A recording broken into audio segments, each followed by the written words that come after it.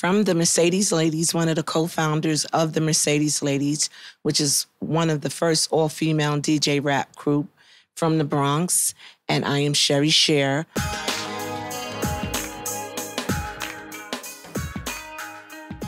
Growing up in the Bronx, I grew up Daly Avenue, Vice Avenue, Garden Street. My mom, it was a single home parent, and we had 11 siblings. And so growing up in the Bronx at that time was, I wouldn't say hectic, but it wasn't like what you would picture as a normal childhood. My mom was doing the best she can, raising 11 kids. And at that time, it was the era of drugs, gangs, number runners, everything you could think of. But it was also the time when hip hop was being born, which I used to go out to see Grandmaster Flash and Theodore and all of them on the corners playing. So hip hop was really, to me, was an escape from what I was dealing with at home, because it was very intense for a young girl, my age at that time, growing up. As a young girl, I used to think I was going to be an actress. So I used to be in the mirror mimicking what I seen on TV and thinking I was going to be an actress in my mind. I just liked it to be in front of the mirror. So at that time, that's what I seen, because at that time and era, it really wasn't, I didn't have no mentors, like, for a young Black female growing up. The women I seen coming up was usually raising their family on their own, stressful situation, trying to make ends meet. And it was always, and then when you looked on TV, it was, stuff like Good Times and all that. But it was the Black women, as I was growing up, was always trying to take care of a household and stressed out. So I used to just go in the mirror, and my mom had so many kids, I used to just be going in the mirror thinking I was an actress. For some reason, I just was looking like I was an actress. So, yeah. Honestly, the times I remember growing up is one of my special times was Christmas. And my mom, we would have to pick out one toy that we wanted. And my mom had like two sets. It was my older brothers and sisters, and it was me and my younger sisters. We were the younger ones. And we used to have to pick out one toy. But it was the thing I used to love is that my mom used to, Christmas Eve, used to cook. So she would be preparing dinner, and then we used to be in the kitchen helping her, and then we used to be licking the cake creaming from the bowl, and then we used to have on the Michael Jackson Christmas song, and then my mom used to tell us we had to go to bed, else the Sandman was gonna put sand in our eyes. So we used to be scared and hurry up and run into bed, and then when we used to run into bed, we used to put the pillows over our head, and then we couldn't wait to get up in the morning to open up that one gift. And it really wasn't about the gift that was given. It was just it seemed like it was most the happy times with nothing. It just was like, it was the spirit of it. And I always, as a little girl, I always think of that, because to me, that was one of the most happiest moments, and I looked forward towards every year. And every year I got a Barbie doll. So, I used to like to try to put lipstick on like the Barbie doll and all that. So yeah, that was my favorite time growing up. In school, we used to have, one of the first things when I first came into hip hop in school, they used to have the boombox, and the guys would be on a bus with the boombox, and it was a tape from a park or a park jam or a corner jam. And I was just so fascinated by it, like listening to it. And then that's when I met R.D. Smiley, and she lived on Webster Avenue on Boston Road, and Tracy T. So I started hanging out with them, and they used to go up to Boston Road, and it used to be the Boston Road crew. It used to be Grandmaster Flash, and they used to have jams on the corner, and I used to just leave my house, away from the house, and my mom was very strict, But the thing was, is I knew I would go way off the block so she couldn't call me out the window, or she had too many kids to come try to chase me. So I took the consequences when I came home, but I would not stop. And so I used to be fascinated. So I used to go up there with Tracy T and R.D. Smiley. We used to just look, and we was like, wow, that's crazy. It was just like, and then you felt like when you was up there, everybody was happy. It was like, people was rapping about what was going on, you know, on their block or what was going on in their life. But it was the variety of sounds. Nobody sounded alike. Everybody had their own act. And you knew Grandmaster Flash from who they were. You knew theater. And it was just like, it just took you away from like, you didn't know where it was going, hip hop was going, but you just know when you're there that the vibe just took me away. Well, I wasn't even thinking about half of the stuff that was going on at home. I was like, wow. I just wanted to be there. So, yeah. Well, when I first started out, we used to go on Boston Road. And the Boston Road crew were like the crew that ran that block. So you would have different DJs come up there. I mean, everybody performed on Boston Road, but the main ones was Grandmaster Flash and them because they was around from that area, like Forster Projects and all of that. They was all from that area. So, and Theodore and them was from around that area. And you would have Breakout and, you know, come up there and do that. It was just, Boston Road was just known for, if you rapped and you had a crew, you was on that corner. Or in 63 Park, which wasn't a park. It was actually the back of a schoolyard. The first ones I saw was, of course, the Furious Five, you know, which was, it was Keith Cowboy, Theodore, Scorpio, Kid Creole, Melly Mel. They were the first that I seen. And also the L Brothers was Kevy Kev, you know, Robbie Rob. And they had a female MC and MC Smiley. And Sha-Rock and her crew, they was like the first ones that I seen like rapping. As we started coming up there often to Boston Road, we got to know everybody. And we was talking, Sha-Rock actually was going to the same school I was going to. So I knew Sha-Rock previously. And she used to be in the back of the class writing her rhymes and stuff like that. And so, yeah, we knew a lot of them because they was from Boston Road. You know, we speak to them and stuff like that. At that time, it was just in the schoolyards, the parks, Echo Park. It was just parks. And it was like street jams, literally. And the PALs sometimes, you know. But it was like, it really, at that time, it really wasn't hitting the clubs at that time. It was really just, it was hood famous. It was just, you know, wherever you heard there was going to be a jam, yeah, everybody was there. We took notice that where's the female groups? Like, it was female groups like Sister Disco, and they was the supporters for, you know, Breakout and them, and everybody, all of the male groups had the supporters, which women that would hung around them and, you know, would have their name on them, and they was part of their crew. And we noticed that, and we just said, you know, we should start our own crew. But we wasn't talking about rapping and DJing.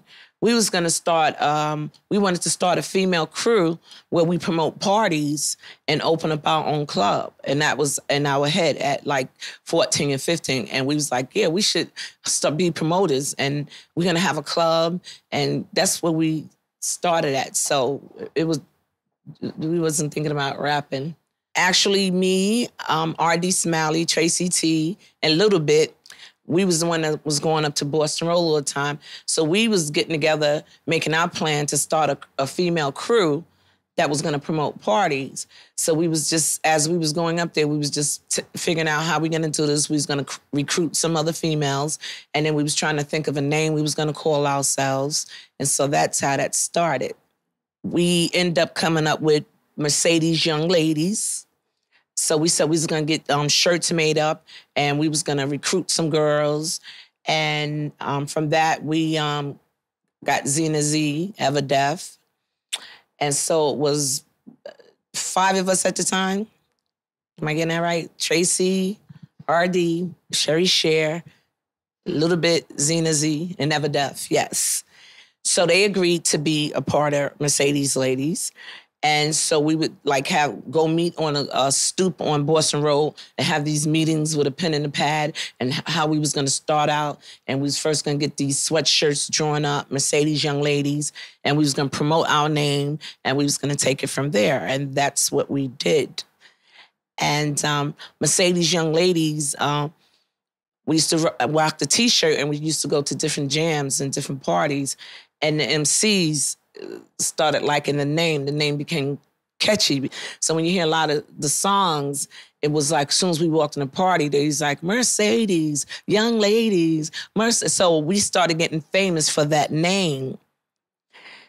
And then from there, we got approached by the L Brothers manager because our name was becoming very popular and we wasn't even emceeing or DJing. It was just we would show up at the party and the name was catchy.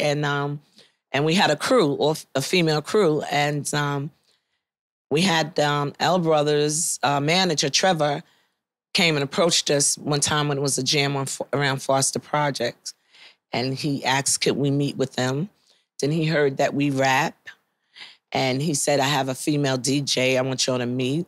And meet me at the store. He had the store called, and he was part of Action Crew. So we met him up there, and that's when he was like, well, we was like, yeah, we rap a little. We do something. We know how to rap. And so we went up there and met him. From there, he took us to where they used to rehearse at the L Brothers. And that's when he had the female DJ, which was Baby D. And that's how we met Baby D. And then he wanted MC Smalley to be a part of Mercedes Ladies, who was the L Brothers female MC. And that's how we all got together. And then he started saying, okay, y'all gonna come up here and rehearse 4 and 5 times a day. And it was like, all right. So we just started writing rhymes. And RD, she knew how to mix records.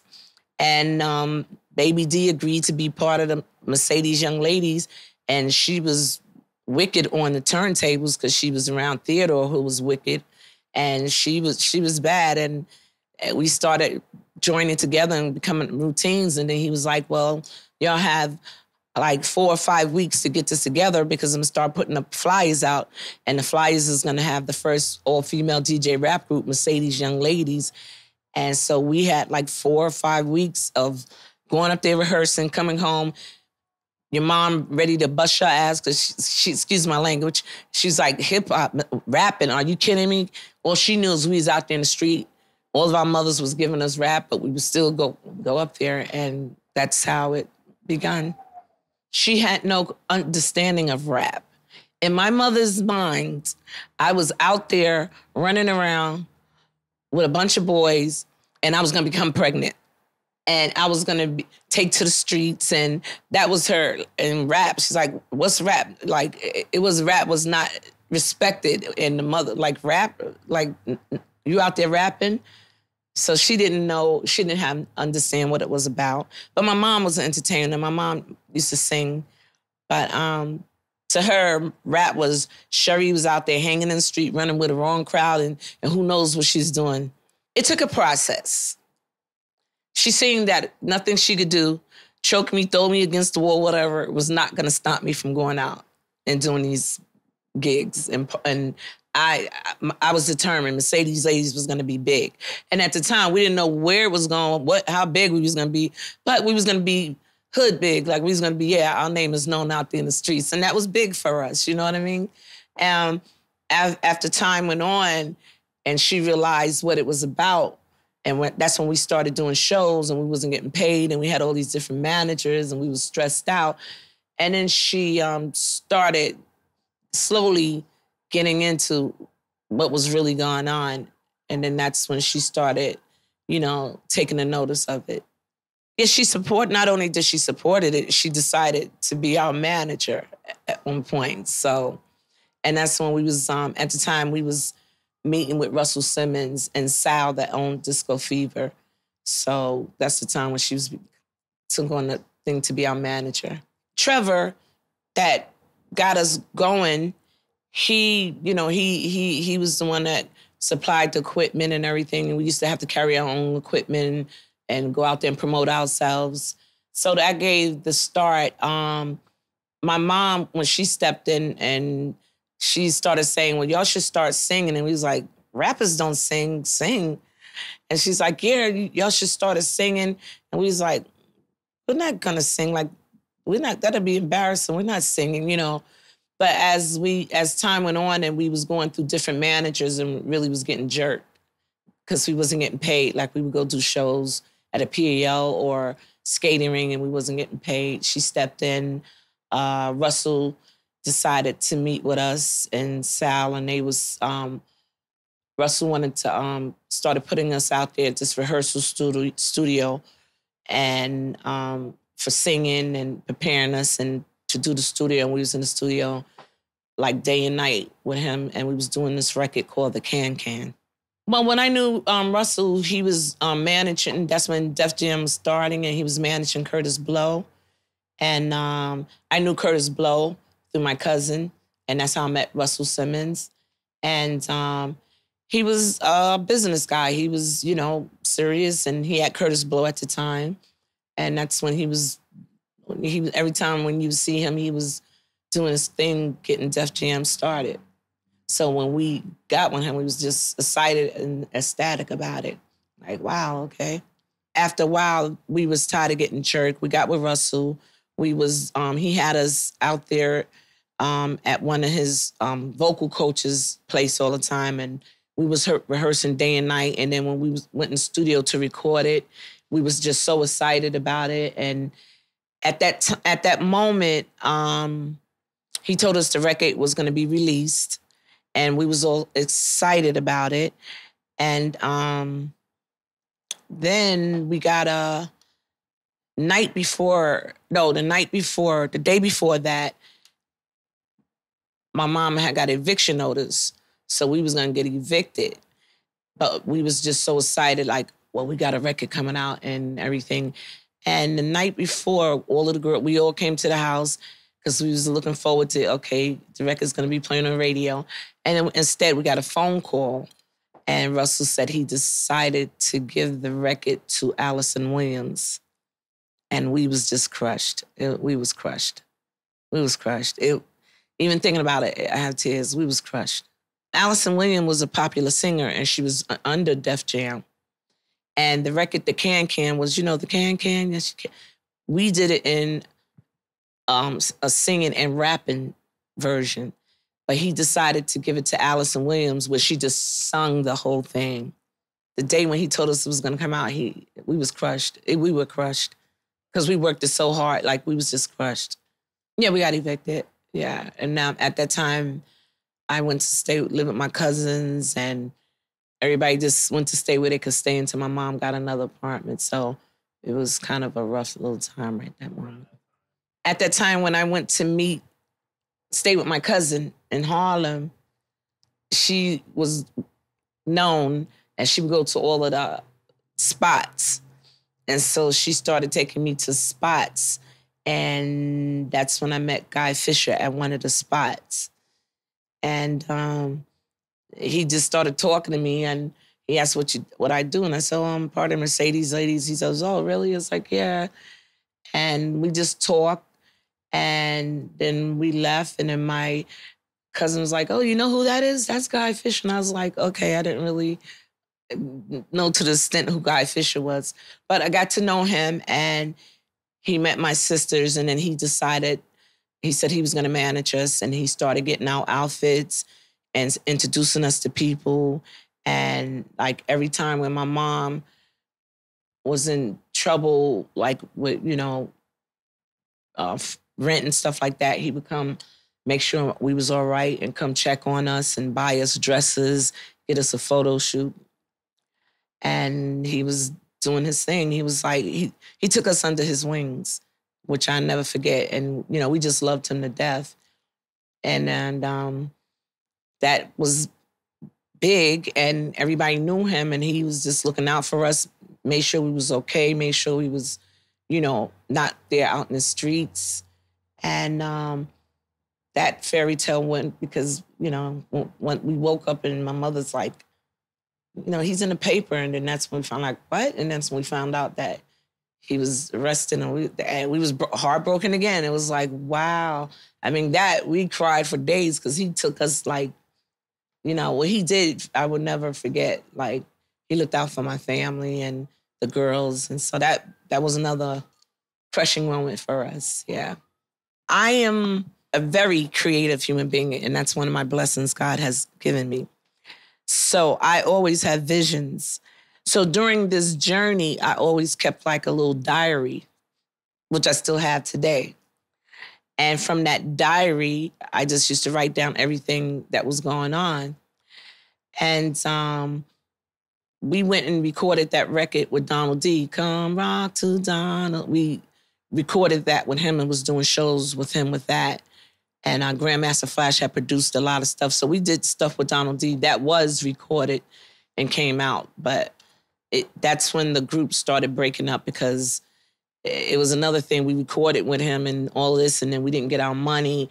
And then he had us doing shows, and then we found out that he was getting paid and we wasn't getting anything. So it started, all of these little things started taking a toll on the group, and where Everdeath, Zena Z decided to leave the group. The Spank had left, and started Sisters Disco. So who was remaining was me, RD, and Baby D. And then my two younger sisters joined the group, Sty and Pam. Sty and Pam. And they joined the group, and then we started singing and incorporating singing and rapping. And then we got hooked up with the Dave Winfield Foundation, and which we would go do shows for his foundation. And he used to take us to do all shows all over for his foundation. So we got hooked up with that. And Baby D and Donald D wasn't getting along too much. So, and then Baby D decided to leave the group and do the record with Spider D. And that was a version of Heartbeat, Heartbeat. So she went and did that. And the group just started and I just would say, wow, this is crazy, because the journey and the pain and the grind that us girls went through that came from homes from nothing. And like, we did all the work, but it's like, so I decided to keep writing about it, and then end up getting into Vixen magazine. I got us in there, and they did an article. Then we started being featured in a lot of them. Stress magazine that did an article. So I started hitting up these magazines and getting an article and putting Mercedes Lady's name out there. And from there, Vibe magazine did Hip Hop Divas, with Missy Elliott and all them. And they called and got us in there, and we got featured in there. And from that, I met Rob Kenner, who was the head editor. And I said, I always was doing a journey on us, and I think it could be a book. So he said, let me see it. And so he was reading it. He said, I like it. It's good. You should write some more. And I was like, oh, okay. Then he said, let me run it by, at the time it was Mimi Valdez, and it was Kennard Gibbs, because he was the head of Vibe at the time. And he was like, let me run it to them and see what's what. And then he came and said, oh, they loved it. They said, you got to finish it. And I'm like, I didn't go to school for writing. I said, don't you have writers? Like, I already got the blueprint. He's like, nah, we're not going to get a writer. You just discovered your new talent. You're going to write this, because he said reading it is like, you put us like in there. It wasn't a book about, I didn't want to write a book about how all the females was done wrong. I wanted the book to be about the real journey, like through my eyes, the real journey of females that was out there paving the way and on the grind. And I accomplished that. And at the time, Kinnison was merging with Vibe magazine, which they was going to put out all of the hip hop books, and Vibe was going to push it. And at the time, they had just got through with Biggie Smalls' book. And so mine was supposed to be next, because it was street lit Vibe. And so they, that's when Vibe was in the middle of selling Vibe magazine. So I thought my book wasn't going to get through. but by the grace of God, it got through. And when it got through, they Kennison found out that Vive sold it, and so it went like KY. But my book ended up getting published, and Vibe magazine kept like advertising it in all of the Vibe magazines. And I did Stars Channel. I did a couple of documentaries and stuff like that, and was featured in a lot of magazine. Even in Japan, I was featured in a magazine. So I just felt it was a story that needed to be heard, and it's a story that's captivating because it tells the struggles that we went through as women coming up in that era and coming from the Bronx, and we all came from single parent homes, and how I thought it was phenomenal, even though we went through pain, hurt, and all kind of things. You know, we experienced drugs, alcohol, and all of that, but our story was amazing, and I thought it needed to be heard. And so my book, I was proud of it and still am. And I was more shocked when the colleges, Cornell University and Fordham University, called me to speak in the college, and then found out that my book is in a rare book of archives in Cornell University.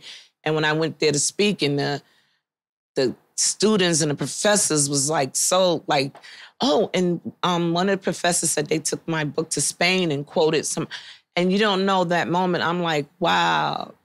It just felt like, I just can't explain it. It felt so good. And so from the writing, I just said, oh, okay, I got the writing thing. And then somebody said, well, why don't you go in the studio and do some tracks? And I'm like, why not? So it was a documentary that Round 7 wanted to do. And then they also wanted to do the script, because it was like, you know, this should be a movie. It's never been a female hip hop movie. This is great. So we did like a little documentary that we was working on. So from that, they wanted me to do the soundtrack. So that's how I ended up in the studio, and I did four tracks, and everybody was hearing it, and they was like, are you kidding me? Because they expected it to sound like, yes, yes, y'all, and you don't stop. And I came in there with something totally different, and they're like, I can't believe you're like the first female of hip hop. And I'm like, yeah. Well, first, yeah. So I'm in the studio, and that went from music. And then I started putting my brand together. When they had the hip hop honors, people was calling me and saying, Sheri, you didn't get a ticket today? They didn't even give you a ticket? I was like, no, this is a true story. I was like, no. But I had started going to this church. So I said, you know what? I want to get baptized, right? So the day of the Hip Hop Honor Award, I'm trying to like, oh, I'm going to get baptized. I'm going to get baptized. People's on the phone calling me, I can't believe that they didn't give you a ticket. I can't believe you wasn't invited. I said, nah, it's all good. I don't care. I'm going to get baptized. Went and got baptized, went under the water, came out, walking home, and then I'm getting phone calls. Did you watch the Hip Hop Honors? I was like, no. Oh my God, Queen Latifah, she was doing her performance, and the backdrop was Mercedes Ladies. And I said, see, God said I didn't have to be in the audience. He had me on stage. And I was like, wow, I was very like, they recognized us. And that, to me, that felt really good. Like, yeah, we was a real sisterhood that came together. And it was always the stereotype that female groups couldn't get along. And even though we went through fighting each other, killing each other, cursing each other out, everything, you have no idea. But it was when we was a sisterhood bonded, a sisterhood that came together. Me and my mom never got along. It was my mom finally understanding what I was doing, and that was the bonding between a mother and a daughter. So those were like the most important things. Yes, it was good that we became, in history, the first all-female DJ and rap group, but it was more to it than that. Like, when you read the book, you'll understand. Like, to me, it was like, wow, the sisterhood bonded, and we went through such a struggle, but we was still doing it, you know? I mean, one thing about growing up and my experience, when I look back and people like say, wow, I can't believe you went through all of that, like at a young age and a child, No, I'm glad I did go through that because it makes you don't be surprised at nothing. Nothing, like I meet people now and they're like, oh, like I deal with inmates and stuff like that, they be like, oh, you don't know nothing about hip hop. You don't know nothing like that. And then later they'll be like, oh my God, I read your book. Yo, you official. Yeah, because I went through all of that and you will never know because I'm still standing and smiling through the grace of God. But I look back and those things that I went to make me deal with stuff that's real as adult today and I don't crumble. I may slip and fall, but the next day I get my butt up because I was built for that. So I just like, I'll still, you never know I'm falling because I'm always keep a smile on my face. But when I go to 0 to 1,000, then yeah, but then that's when the AKA, yeah, read my book, you see who I am. But going through those tough times, I look back and I say, thank you, God, for getting me through it. I could have been dead, shot, or in jail, but you got me through it. And it helped me recognize who I am, my purpose, my story to tell, to be a blessing to others. And I love it because, I mean, when you look back, you're like, wow, I went through all that. Like, I can't believe it. And, my mom was wonderful, wonderful mom. And I look back now and I used to be like, wow, how did she do it? But she never gave us away. And yes, we never had a steady home. I never had a steady home. Every time I used to come home from school and there was an eviction notice on the door. But it made you strong and I was strong as a child. So it's like, I look back at all that and I'm like, thank you, because it's nothing that I can't get through. And when you tell me I'm not going to do something, I go hard because you don't know what I'm made of. I'm made like that. And so, no, growing up that way was not, to me, I don't look at it as sad or sympathy. I look at it as, damn, I'm strong. I went through all that. I'm ready for the next phase now. I like to see where people are not scared to be in their own lane and let that person be in their lane and you be in your lane and don't be scared to be in your lane because that's who you're meant to be. And I think the problem is it's about money, of course. Nobody wants to do stuff without making money, and it's about money. But I think what's missing is like one of the things that I always grew up loving about hip hop. If I wanted to hear Queen Latifah, she coming on. If I wanted to hear Lil' Kim, she had her own style. If I wanted to hear MC Lyte, she had her own style.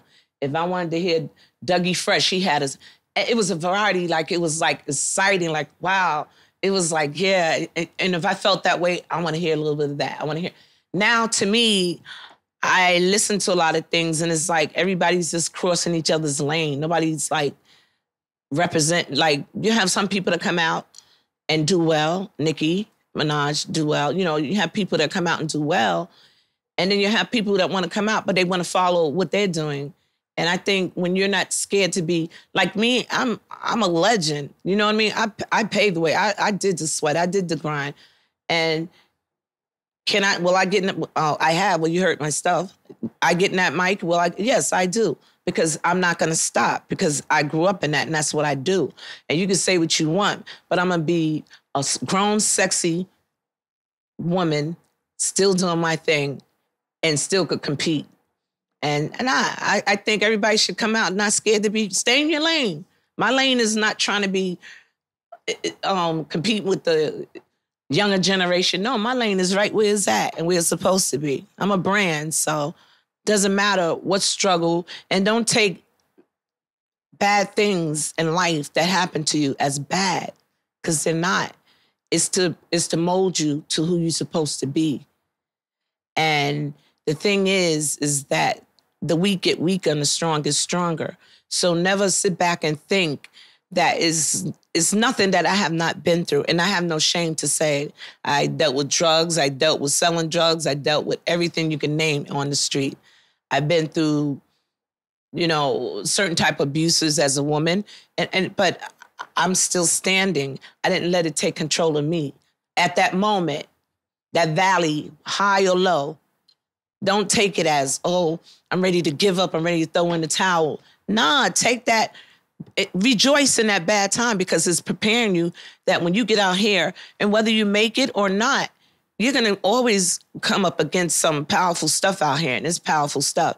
And if you're not built to deal with it, But when you look back and say, wow, yeah, I went through this and I went through that. Yeah, that's the part to mold you. So I don't think don't never take bad situations as bad. Take them as moments for teaching and learning. And even like when Remy Ma got locked up, and I sent her my book, and you know, she got a copy of my book and everything. And the person that gave it to her said, yeah, she read it. And it was just, you know, telling her like, hold your head. Cause you know, everybody, no, what the thing is, people don't understand. We're all human. Everybody make mistakes. Nobody's perfect, but God forgive you. But a lot of times we don't forgive ourselves and we don't understand that's what will stop you back. You can't bring back yesterday. So it's gone. Just keep looking forward. You know what I mean? And that's a legacy. I want them. Don't take bad situations that they're bad. Take them as victory. Because when you can wake up that next day, you got another chance. Yes, and thank you for, like, I'm just like ecstatic, and I really want to big this up because I enjoyed this interview, and I truly want to thank you. So I just tell everybody, Sheri Sher is still in effect.